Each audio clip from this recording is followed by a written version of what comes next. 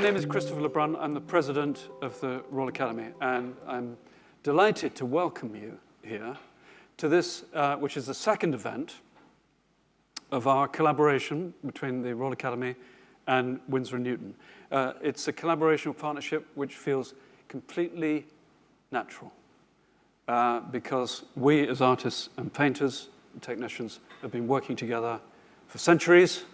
In the old days, milling our color, actually getting the assistants to mill the color ourselves. But then the great technical experts and the great colormen like Winsor Newton have come in. I'm dying to share something with you, which I only just found out. A very early example of product placement. A detective novel written in 1931 by Dorothy L. Sayers is called 5 Red Herrings. And it features a painter who's murdered. And the whole plot line is that the suspects are all other painters. This feels to me enormously Royal Academy. But the technical side is that each artist leaves a clue because they use different ranges of materials somehow. I want to read this now very much. Color is the subject. I did a film with Winsor Newton, and I've got a terrible confession here. I feel very queasy about seeing myself on film, so I haven't watched it.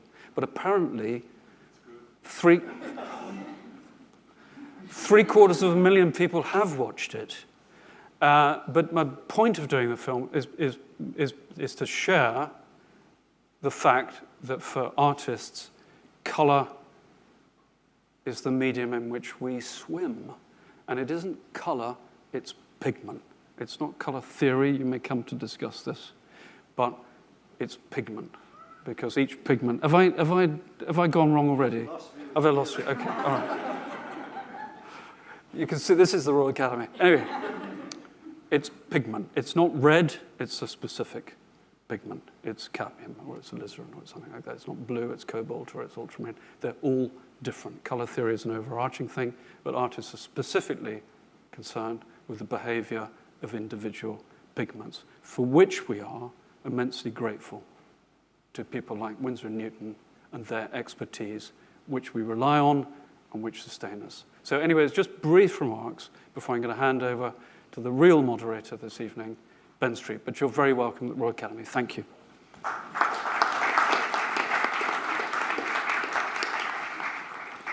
Thank you very much for that wonderful introduction, Christopher, and thank you all very much for coming along. I'm going to talk as little as I possibly can this evening, which is quite difficult for me because I'm usually used to being the one doing the talking, but I think we're all in a similar boat here, perhaps, or we shall see.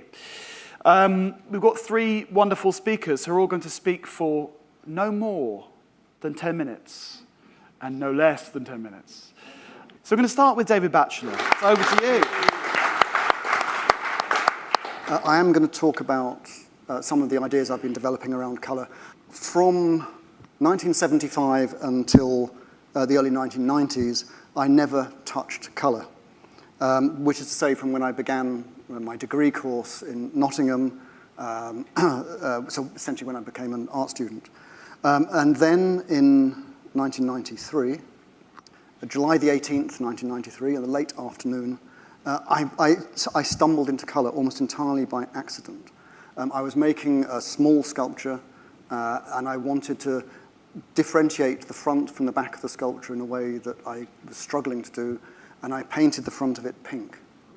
It's actually that little pink thing on the second shelf, which I've kept in my studio ever since. That was the first work I made with colour, although I did not make it with colour in mind. I made it for other reasons. But the minute I did make it, and I did, for that moment, have some sort of vivid colour in the studio, it made me notice that there was so little, there seemed to be so little colour in contemporary art that I was aware of at the time, or in contemporary writing about art. It simply wasn't a subject. And it made me realize that I'd spent 20 years trying to be an artist without feeling that in any way I had to think of colour as a part of that process. And then I made this small work, and it's sitting there in a studio, kind of embarrassing me a bit, because it didn't seem to fit with anything. And it made me wonder why there was so little colour in contemporary art, and it was so much not a part of the discussion of contemporary art. And I thought, well, maybe I should just sort of redress the balance a bit. It would give me something to do. It would give me something to do that other people didn't seem to be doing. And that was essentially what spurred me to make all the work I've made since July the 18th, 1993, in the studio. And I also began to read as much as I could around the subject of colour, and then eventually begin to write some stuff that Ben mentioned on colour. I began to notice, the more I worked with colour in the studio and the more I read about colour, that there's that in a great deal of Western philosophical and critical writing, there is a marked resistance to and suspicion of colour. From Aristotle through to Joshua Reynolds, from architectural theory to conceptual art, which is what I was brought up with as an art student, and to contemporary art theory, there is this often, it's easy to find this marked suspicion about colour. To the extent that I thought there was actually in the West a phobia about colour, which is why I came up with this term, Chromo Phobia. And it seemed to me that in much of this writing, colour was represented as superficial, inessential, marginal, a distraction from the higher workings of the philosophical Western mind. It was pushed to the side. It was, in particular, colour is conventionally and very regularly represented as either feminine rather than masculine, as primitive rather than civilized, as oriental rather than occidental or Western, as infantile rather than grown-up or adult. So colour was constantly being sort of pushed to the side. Or, in one other way, it was represented as being cosmetic, which is also to code it, in some respects, as feminine or perhaps as camp. And to represent something as cosmetic is to say that it's a surface that covers a surface, and it's a surface that may often distract from the reality of what's beneath it. So colour is a seduction, perhaps, or a distraction, and so forth. Any human who can perceive colour, or most humans who can perceive colour, can distinguish between about 10 million different gradations of hue. That is normal for a human. Better than cats and dogs, not as good as prawns. Some, or at least the scorpion prawn, which, as you know, lives in the Great Barrier Reef, and has 12 colour receptors in its eyes, where we have 3. Colour is perhaps the most familiar experience to everyone because it's the first things we experience as humans. Floods of colour. Before we have language, before we are able to conceptualize the world, there is colour. And yet, we can't really put colour into words. So we can distinguish about 10 million different gradations of colour, but we only have 11 basic colour terms to deploy in the first place. So when someone asks, and they always do ask, what's your favourite colour? If you say green, what you're really saying is, well, I have about 1 million favourite colours.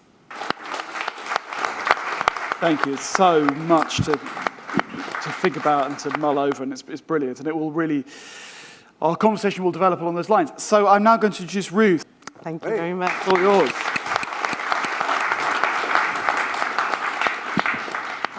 Magically, my talk appears. Prawns. I think I need to employ a team of prawns to help me with my analyses. So I'm a geologist. I'm not an artist. So I've been applying my skills as a geologist to art history, to the analysis of paintings. And pigments, how do we define a pigment? Well, a pigment is a dry powder. finely ground, that can be mixed with a medium, a vehicle, to produce a paint. So I'm not interested really in the media, but I'm interested in the pigment particles. And you can see these under an optical light microscope. So that is just looking with your eyes. I don't use any fancy scientific jiggery, black box, complicated techniques. I could, but I don't. And the reason I don't is because when you use light microscopy, you see color. You do not see color with electron microscopy, with spectroscopy, with microprobe analysis, any other technical machinery that you can use to apply. And I do not see myself as just a technician to art historians. Personally, I've mainly worked on Roman paintings, Roman period paintings, I should say, so hence Pompeii and Herculaneum. But more recently, I've started working with contemporary artists like Anya McCausland, who's in the audience here, and Joe Volley, both at UCL Slade School of Fine Art. And this slide here just shows a scatter shot of various pigments down the microscope. I use a special kind of light microscopy, which is called polarizing light microscopy. And that has, if you imagine getting a pair of polarizing sunglasses, snapping them in half and inserting each lens in the light beam, we can play around with how the light travels through crystals, and we can get these bright field or dark field images. And it's the properties of light, of the crystal, in these different light types that can enable us to identify minerals. This here is Carmine, for example, Carmine Lake. Most of the other things on here are inorganic. There's a bit of starch, potato starch, very important filler in pigments. And this is turmeric at the top, also with big kind of pale yellow starch globules in it. So you can start to see not only what's in the paint, but what other things the artist mixes in there, what fillers are there, what secatives are in there. You know, if they were painting en plein air and there's pollen in there, you can see all this. You can see brush fibers. You can get a huge amount of information about an artist's practice from looking at pigments through a microscope. So I was asked what my favorite color was, and I went, blue, which most people do. And yes, there are a million blues out there, and this is one of my favorite. This is Vivianite, which is blue and green. Vivianite changes from green to blue as it hits the air. So if you have it in the ground, no oxygen, it's green, and as you crack the rock open, it turns blue. Joe Volley, my colleague in the Slade, has used Vivianite in this installation called Amongst the Colours. This stripe here is Vivianite, and there's a close-up of this. It's a beautiful grey-blue colour, and I would encourage all artists sitting in the audience, use Vivianite. It's a beautiful pigment. It's great down the microscope as well. So these are images taking it in a bright field down the microscope, and this is Vivianite. It's blue. You can see immediately it's blue. But it does this amazing thing. The two images here are the same field of view, but they've been, although it doesn't look like it, they've been rotated 90 degrees. And this crystal's gone from deep blue here to colorless on this image. The color just fades as you rotate your microscope slide. And that is a Vivianite thing. Cobalt blue, lapis lazuli, they don't do that. It's why it's easy to recognize. And I'd like to finish off with red lead, another great pigment. And I'm choosing these because they look amazing under the microscope. Red lead used in Japanese prints. And this is what it's like under the microscope. I'm looking at this in bright field and then actually in reflected light. So I'm shining a light on the surface here. And it's red, bright yellow under reflected light. But when we use the dark field polarization effect, it looks like this. And, you know, it's the first pigment I ever, when I'm teaching people to recognize pigments under the microscope, we do red lead first because it's got these emerald green, anomalous colors, little specks of bright emerald green in there, which is the complete opposite of the red on the color wheel. And that is something, of course, you don't see in the bright field light, but it's there, and it makes it very diagnostic pigment to recognize. So a very powerful technique to tell us about artist pigments. And actually, you can tell how the red lead was made from microscopy, but that's a much, much longer talk. Thank you very much.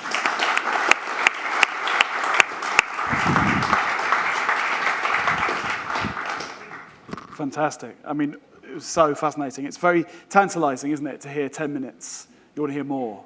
You'll have a chance to hear more because we're going to have a little panel discussion, so don't worry. But our final speaker is Ian McKeever. Over to you. This morning I stepped into the bathroom. I'm surrounded by whites. The reflective, intense white of the shower tiles. The soft white of the walls. The curiously yellowing white of the window frame. And on the windowsill, the strange, alluring white of the orchid. Its petals actually seeming to be made of white, as if in fact they are powdered white. And then as one petal overlays another, there is yet another white. The white, hard porcelain of the wash basin. The white of the towel. The white of the toothpaste tube. It looks like it should be a metal white, but it's a strange plastic white. The top of the tube, another white. The toothpaste itself. And then the other side of the towel, as I wipe my face again, yet another white. White is curious in that it holds two ends of the spectrum. On the one hand, it is a neutral color. It is what we put things against. It is what text is placed against. It is what museums hang paintings against. It is a sheet of drawing paper that the artist starts as a neutral starting point. Yet at the other extreme, at the other extent, it is a color of extremes. It is a white of absolutes, of crossing thresholds, a white of purity, of new beginnings. Whiter than white, as a Dad advertisement used to say. Or the white of the wedding gown. Equally, it is the white of the point of no return. White light. We are born into light, as Louis Kahn, the architect, said. Or white heat, or the whiteout that Titus Oates brought into when he left the base camp of Scott in Antarctica. Paintings breathe in, or paintings breathe out. Color breathes in, or color breathes out. White seems to breathe out. It seems to emanate. Black, on the other hand, seems to suck in. It holds back. The black is thicker and shorter than the white. The white stays lean until it's interfered with. The black is fat. You can get close to the black, never to the white. Up against the black, you are always in proximity to it. It stays close and pushes against you. The white always backs off, even before you get near. There is a place in the black, maybe only space in the white. The thing in the black is not there in the white. Matisse referred to black as a force. Much painting that we see, that we assume is black, is not actually black. It is just very, very dark other colors. One thinks of Caravaggio, or even the black paintings of Goya. They are not true black. Looking out of my studio window, I see ash, oak, maple, willow, pine. The greens of nature. Green is one of the most difficult colors to pull away from its natural references, to actually leave behind how it is existing in the world already, to turn it into painting. And the decorative nature of color, the way that it can so easily lapse into actually just being illustrative or decorative. That it is about form and about content, but it's also about how the artist weds into a painting the capacity of time to be present. And in that process, he or she is also bringing into it the nature of color, the time of color, that all colors, in fact, have a different sense of time within them. I'm done. Yeah, okay, I'm done. Well, I'm done. I'm done.